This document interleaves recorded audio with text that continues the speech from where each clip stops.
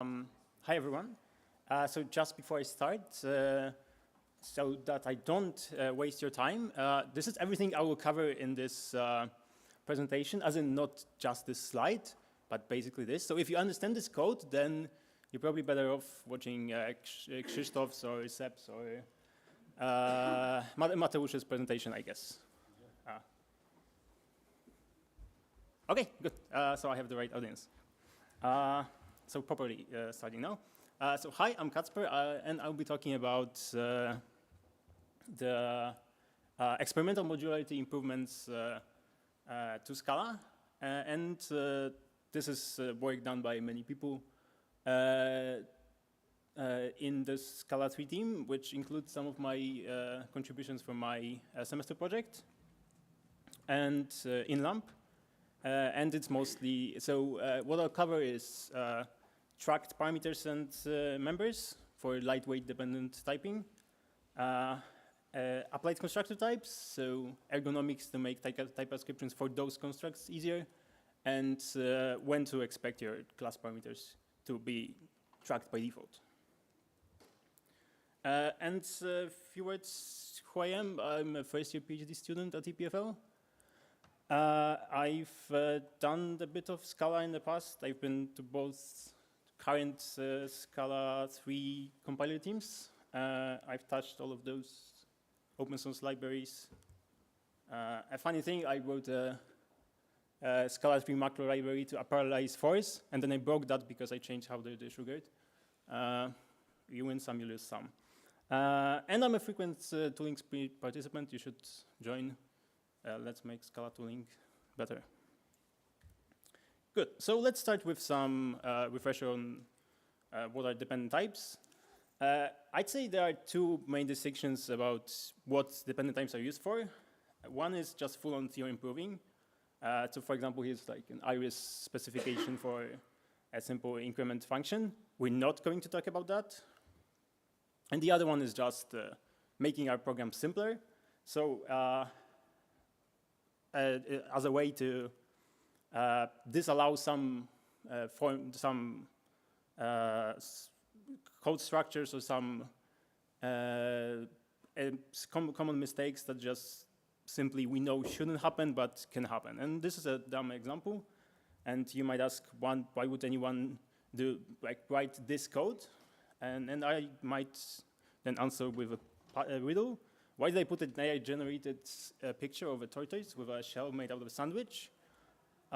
Because I can, and I shouldn't. I'm allowed to do that. Okay, so let's do a primer on dependent types in Scala 3. There are basically two constructs that allow us to use dependent typing. There are dependent methods. So for example, here we have a trait with an abstract type member and a value that is of that type. Then we can write a dependent function that, given this entry, returns something of this e.key type. So this is a dependent function. We can do the same thing with, dependent method, and we can do the same thing with functions. It's just a value now instead of a method. And a very common example Scala 3 users might see as, for example, using writing macros in Scala 3.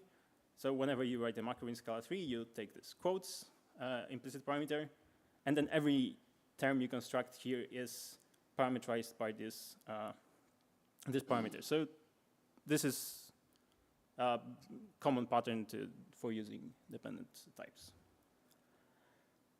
So I wanted to do some motivational example, and I just sort of stole the one from the documentation, but let's phrase it in a nice way. So let's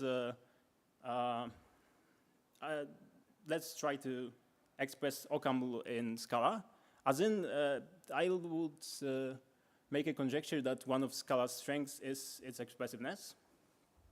And so let's just put that to the test. Specifically, we want to express OCaml functors in Scala 3. So we are all Scala 3 developers here. We know what functor is. Intuitively, it's something you can map over while preserving the structure. So in Scala, we can write a functor type class like this. We take a high kind of type f, and then we can apply a function f to all the elements intuitively in f and get something of the same structure, but with a different inner type. In Haskell, it's the same. In Lean, it's the same. It's not in Occam. It's not that. Occam uses the same name, but it's actually modules that are parameterized by other modules. Great naming. I don't know that much Occam. I use it when I have to. So I just stole the example from the Occam manual and sort of inlined it a bit. Let's go through it. This is a simple implementation for an ordered set. We have a module for ordered types. So we say that the type T can be ordered if we can compare two elements of the type. And then we can create an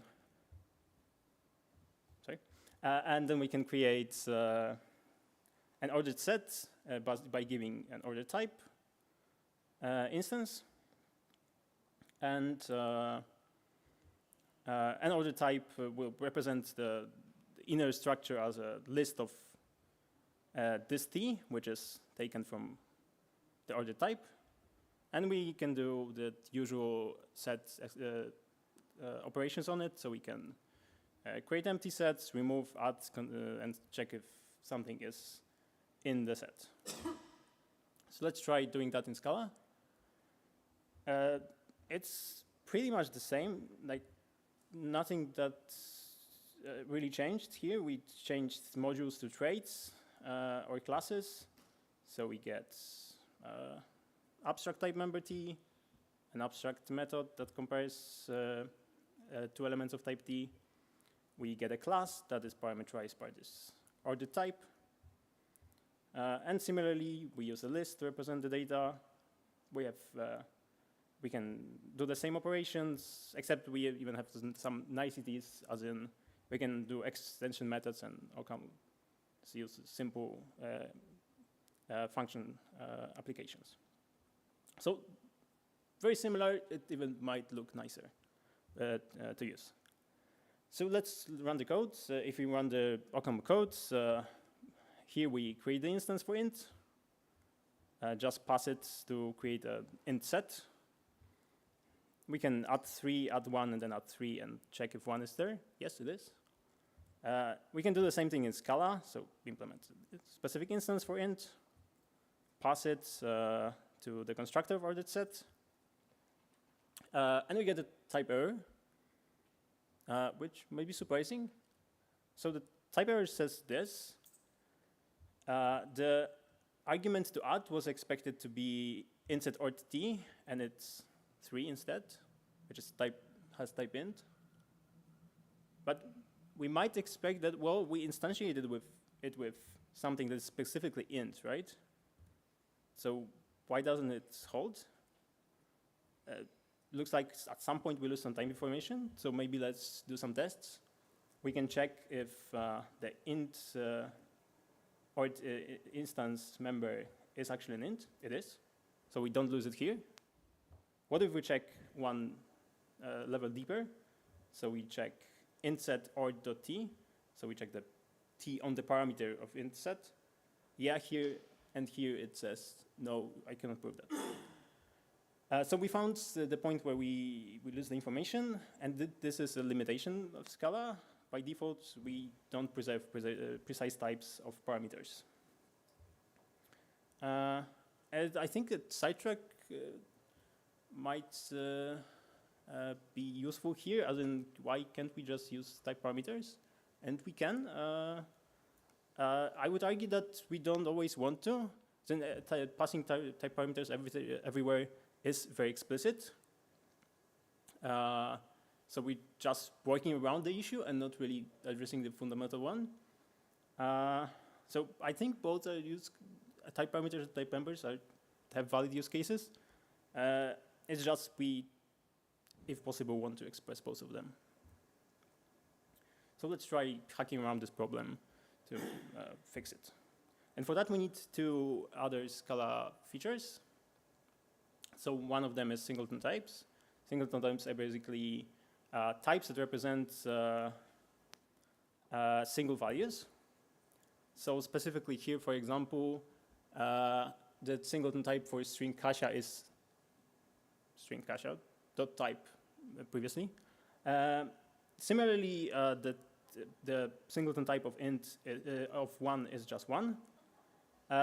And importantly, even though 1 is still a singleton type, the most precise type for x is actually x.type, so the type that refers to this exact term, just this term. Okay, and the other one is refinement.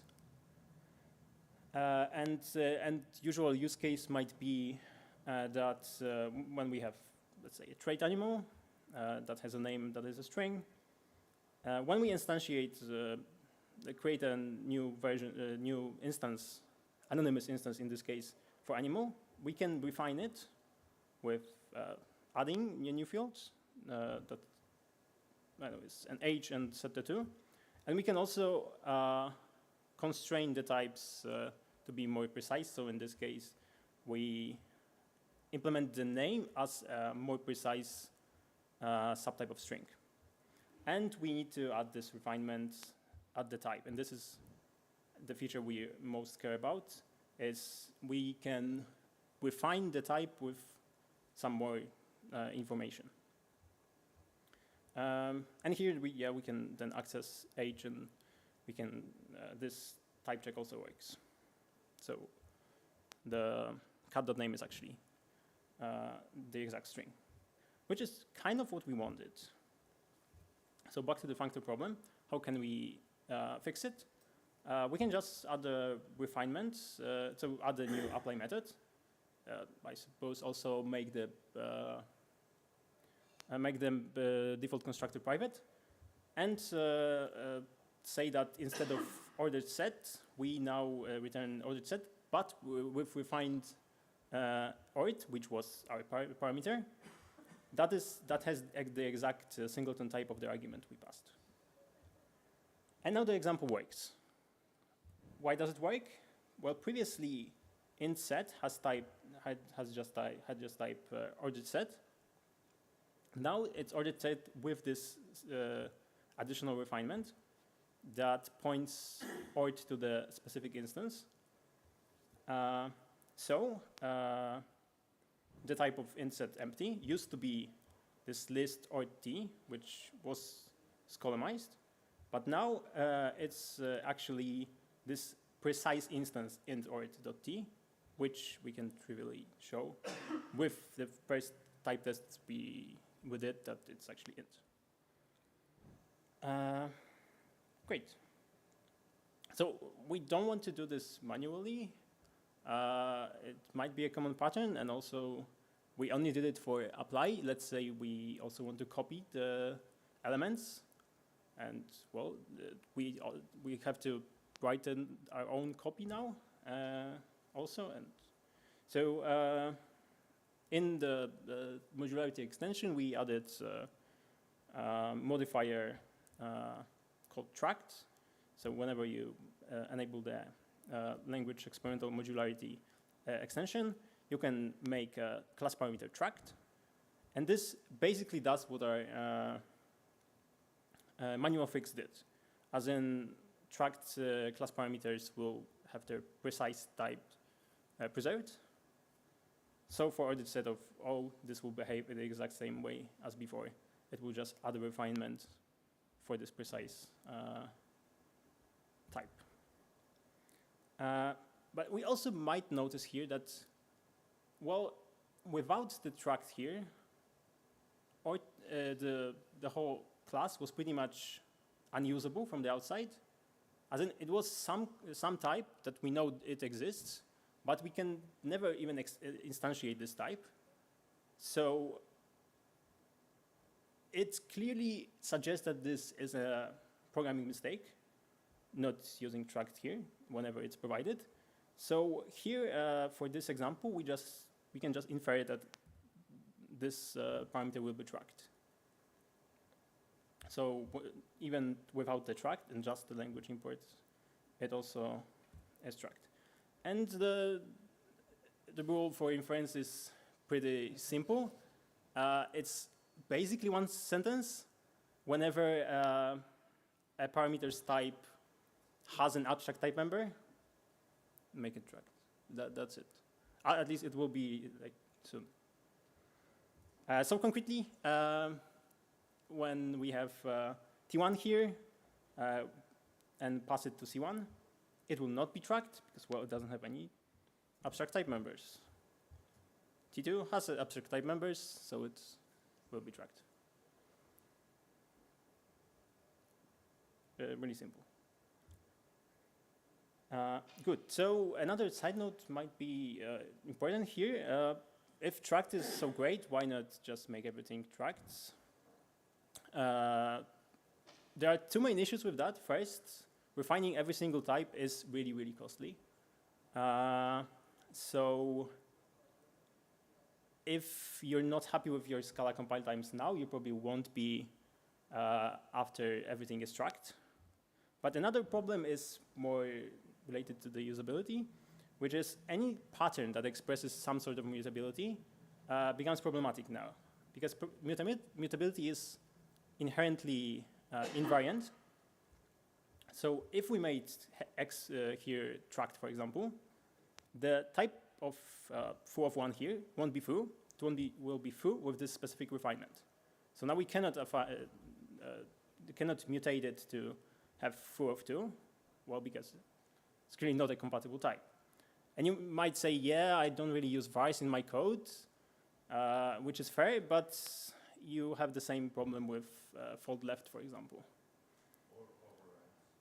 Or overwrite. Yes, and overwrite.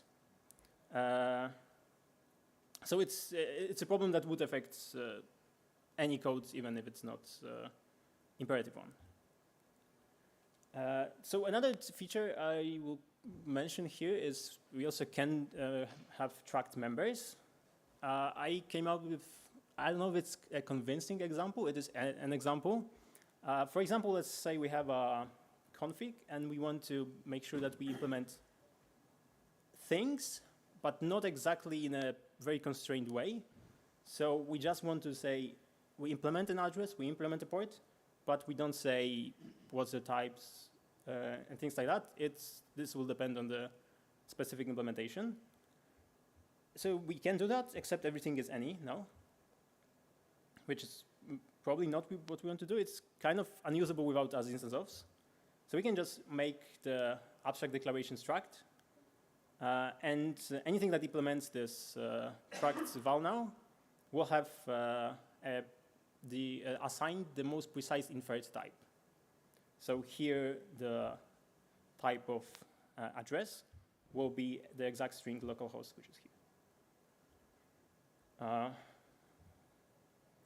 There's also another problem, which is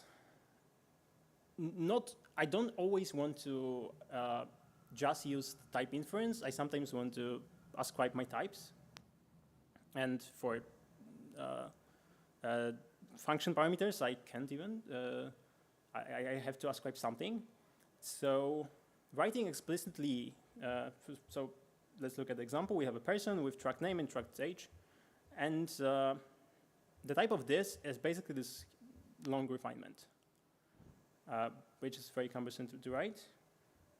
So under this modularity language extension, you can also write a shorter version of this that looks basically like the term application, except it's constrained to constructors that only use type parameters, tracked parameters. And this disregards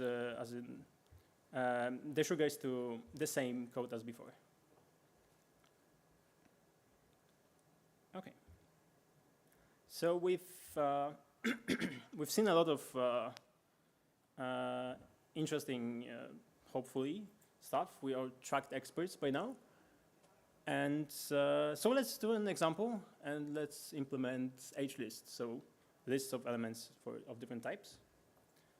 And I brought a small positive spec of things we want to implement, as in we want to be able to compile this code. Obviously, there are some negative tests we also want to do, but let's focus on the positives.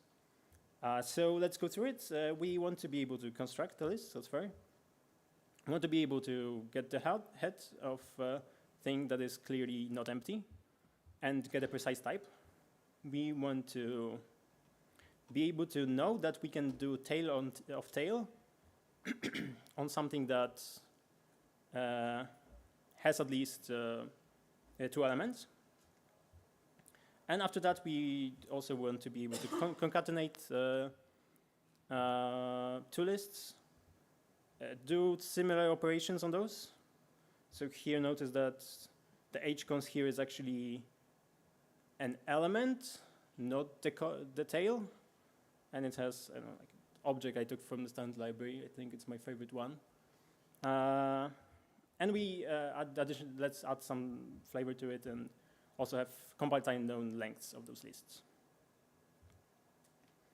Okay, so let's try some live coding. I think we have some time. Okay. So I have a file with the spec here. So let's try with a first approach. Let's do we start with a cell trait. So we need a HNL case. So we need a case object HNL. Oh, sorry, I didn't. Is the code size okay, or should I make it larger? Good. Okay, thanks. So now the hcons case, and it takes head and a tail. So let's be lazy now.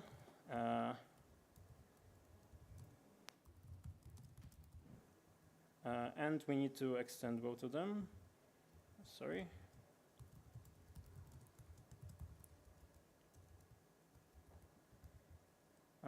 Okay, that's the first approach. Technically, it is an HList. Like, we can put anything there. I guess it works-ish.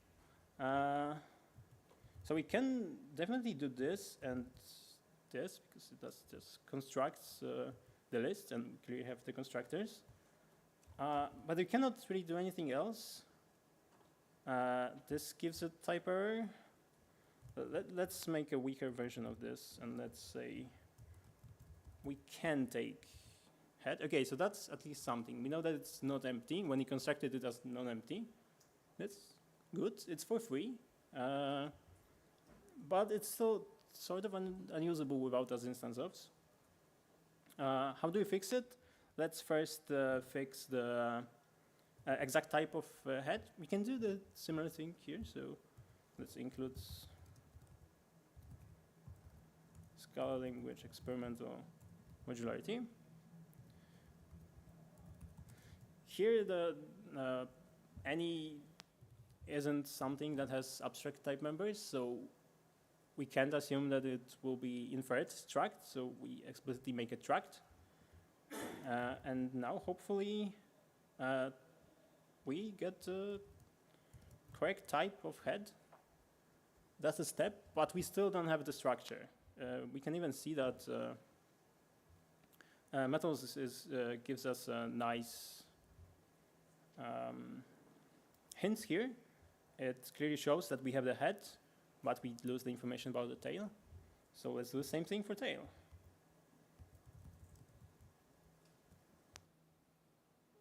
Okay. Seems to work. So that's very simple HList. We didn't do any of the extensions, but I still say that it's very reasonable size for a quite not so easy concept, I say, right? Previously, I would have to add a lot of type parameters and to track the exact types here. Here, I just add tracked and it works. I don't know if it's a good pattern. You might want to switch any here for something that is sort of like an entry I showed before.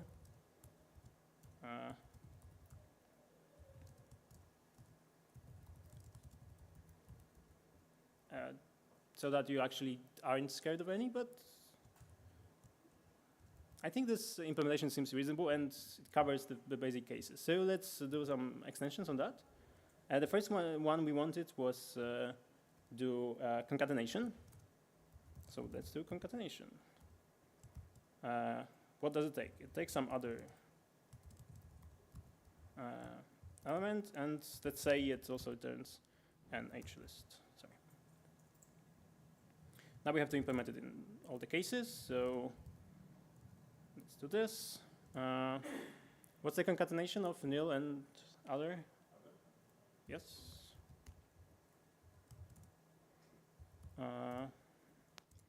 And here, what's the concatenation of h cons and other? Yes.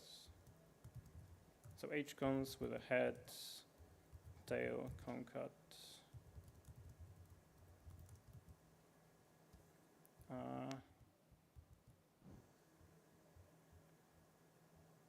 Yes.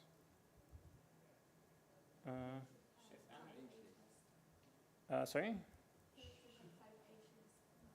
Yes, sorry, yes. Thank you. Now it makes sense. Good, let's try out examples now. Okay, so it doesn't really work. And we can see why. We say that we're returning exactly HLists. That's not really what we want. We want those precise HLists. So we can sort of copy the pattern of what standard library does for tuples. So we'll create a type that will represent what we return from concatenating this with other. So it's basically is a type operation that does the same thing as this type operation. So it takes something that is an HList.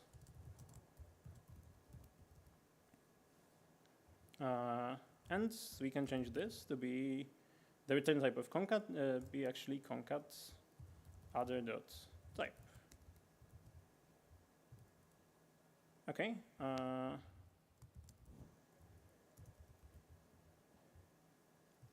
So what's the implementation here? Yes, just other. And also I need to update this.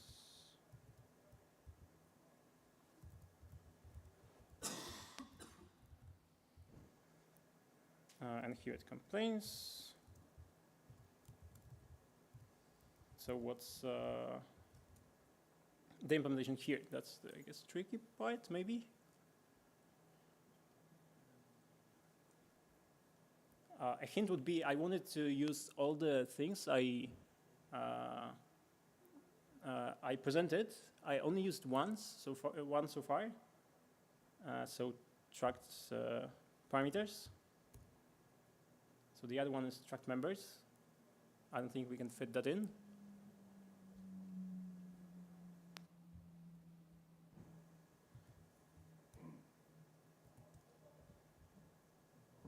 Well, so one idea is just, let's copy this thing, right? Except we want recursion on this, so let's change this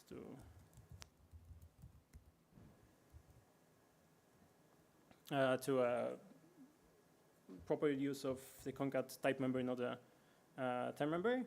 But still it's not happy. Why?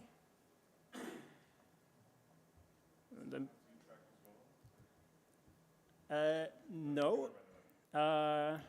So that the error message is still quite cryptic, but what we pass to the applied constructor type is a term. This is not a term, right? So we say, yeah, it's something that has this type. And the example works.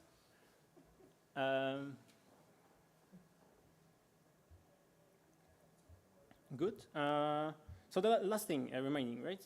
We need the lists. How do we do the list? Let's try with doing the usual thing, spelling it right.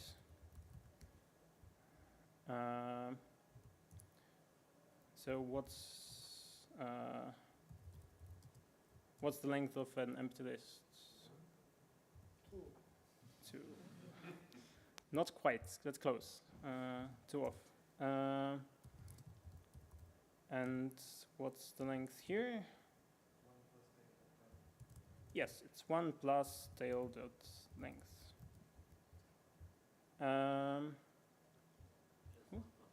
Yes, let's try it. It doesn't really work. But we didn't use the last thing I presented. So let's make length struct. Now it compiles. And that's the whole example. Okay, the button didn't work, sorry. So I anticipated some questions. Like, I think Hamza pointed out, I used a double plus here. So did I have to hack the algebraic operations to use more precise types? Yes, just one, this plus plus here.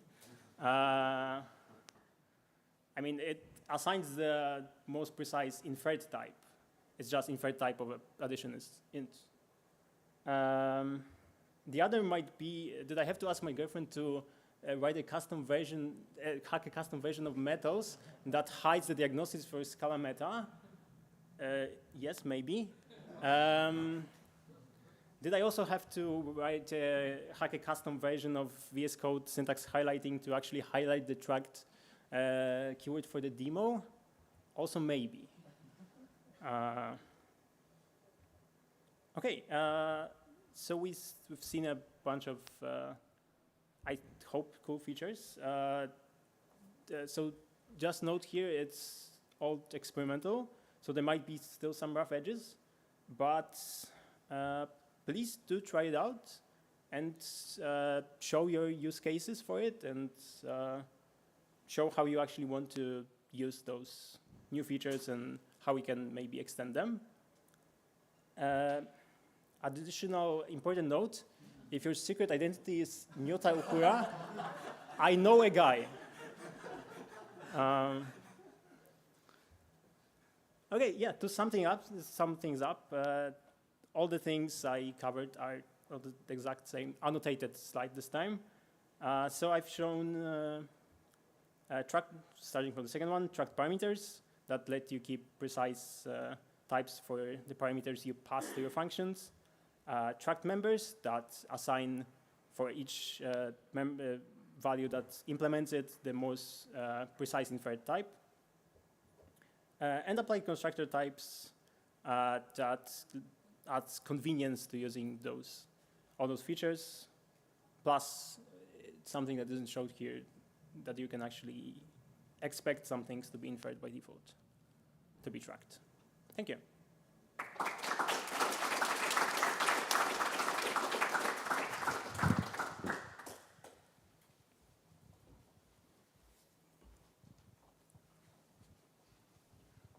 I guess we can, okay. Hi, thanks for the presentation. Could you go back to the coding example? Yes. So you showed, it was on line 16 here, the type with the question marks and the... Yes. Is this sugared syntax in this specific case really better than the alternative? Could you maybe show what it would look like in the other unsugared? Would it work here? Yeah, I guess so. We can say that for... also, now it needs a self-type, I think. And we can do... Oh, hell broke loose. Let's do this.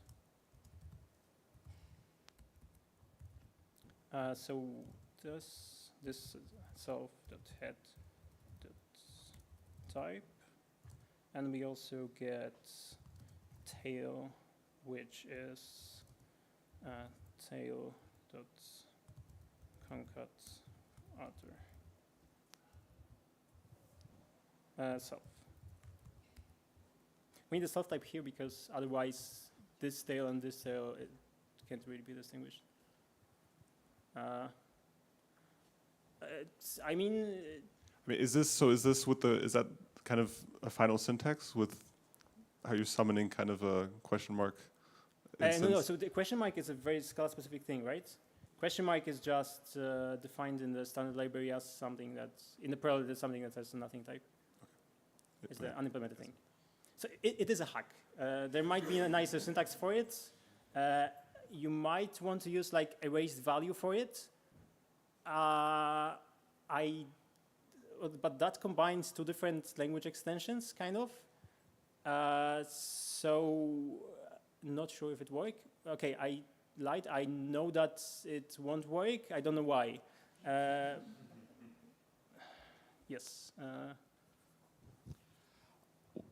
So you mentioned that tract is inferred normally for like types with abstract type members. Yes. What if I don't want that? What if I want to use the abstract type as a form of existential types, and I want to just hide that from the user?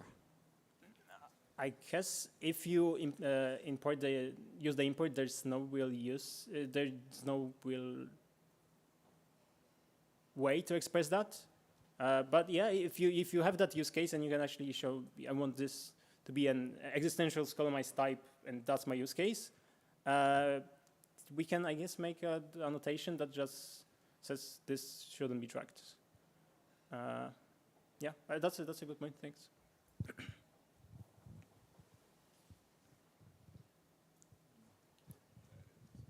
I have a question for the audience. So given that we've seen this now, and given that it would be complicate the language, like any addition, who of you thinks we should add this to the language and make it non-experimental? It's just a straw. Okay, thank you.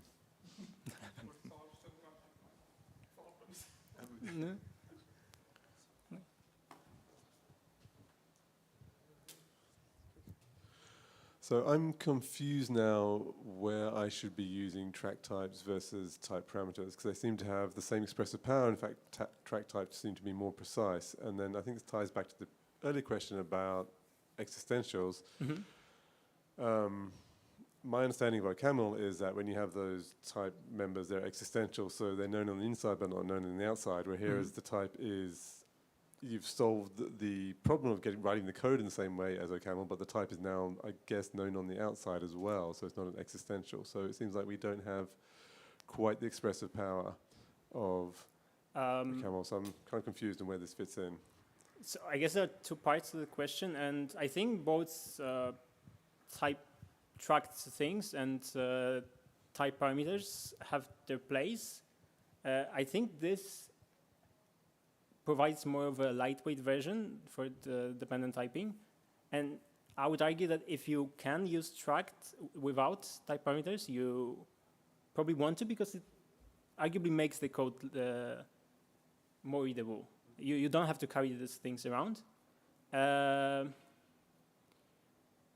But I think right now, probably you still need to go to full type parameters if you want something more complicated. Regarding OCaml, I don't know enough OCaml to, I think, answer the question properly. But we can probably take it offline and... Hey, so I actually don't recall, but because now we have having refinement types everywhere, how bad does it impact compilation time? Like proving subtyping and that the program, the program actually type checks. Honestly, I haven't checked. I tested the whole test suite with modularity on, and at least the tests run in a similar time, but we will have to, I guess, benchmark if we want to make this full stable feature. Yes, probably.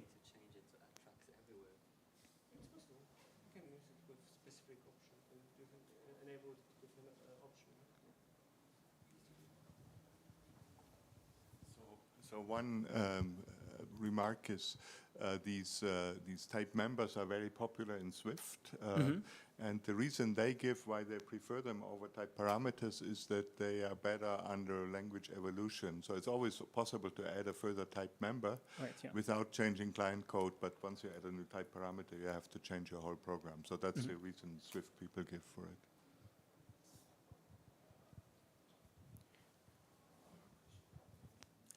Thank you for the presentation. One quick question, just to confirm: is it true that we can track only one level deeper In the example here, in general? Like, can we go track like more deep levels than well, one? we track one level and then depend on whether that type has a precise one, a precise type. So it is So possible. here it's recursive, right? Like this case is recursive. Mhm. If it wasn't a recursive call and called something that, I don't know, HList 1, if that isn't tracked, then we lose some information downstream, but there's nothing we can really do about that. Okay, thank you.